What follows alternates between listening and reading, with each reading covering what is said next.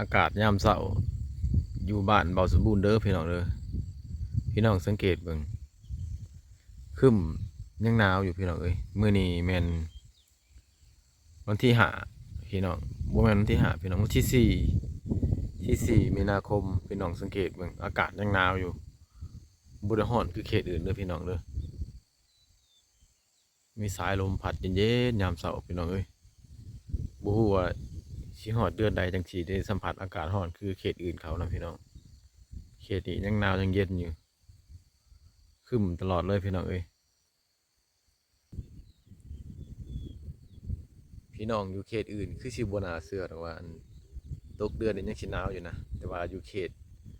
บ้านบ่อสมบูรณ์นี่อยู่เขตเชียงตูบนี่หนาวแท้เด้อพี่น้องเด้อหนาวอีหลีบ่ด้วยตัวอันนี้แม่นความจริงเลยภาพบรรยากาศยามเช้านะพี่น้องอันนี้ก็แม่นบ่อนพักเช้าของบ่อสมบูรณ์พี่น้องแต่ก่อนก็มีเฮือนหลังเดียวแหละแต่ว่าเดี๋ยวนี้นะเริ่มออกมาอีกแล้วหลังหนึ่งพี่น้องนี่มาทางนี้มีอีกแล้วหลังหนึ่งนี่เริ่มสิมีหมู่แล้วพี่น้องเริ่มสิมีหมู่มาอยู่นำแล้วนี่หลังที่สองตัวนั้นก็ดี แต่ก่อนมีแต่บ่สมบูรณ์อยู่นี่ผู้เดียวบ่นี่ก็เป็นป่าแต่ก่อนได้พี่น้องนะแต่ว่าเจ้าเริ่มมาถางหรือมาอยู่แล้วนี่นี่มีสองหลังคาก็จะเริ่มมาอยู่นํเลย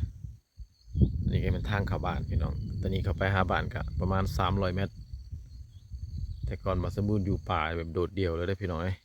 บ้านเดียวนี้มี2 ครอบครัวแต่ว่าก็จะบ่ทันมาอยู่หรอกพี่น้องก็จะปลูกไว้หลังจากปลูกแล้วก็จะสิมาอยู่ก็ได้หมู่แล้วพี่น้องบัดนี้คือว่า บ่ย้านหยังแหละบัดนี้แต่ก่อนยังว่านอนกลางคืนยังคิดย้านเนี่ยพี่น้องเพราะว่า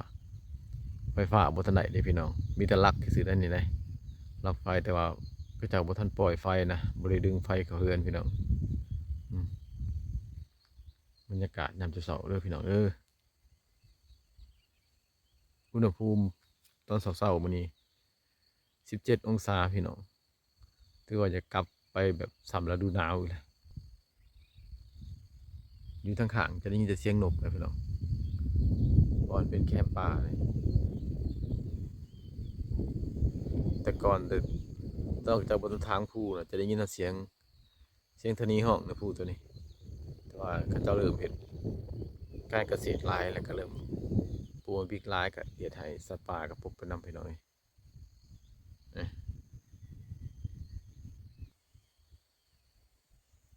ลมพัดวอยๆพี่น้องเอ้ย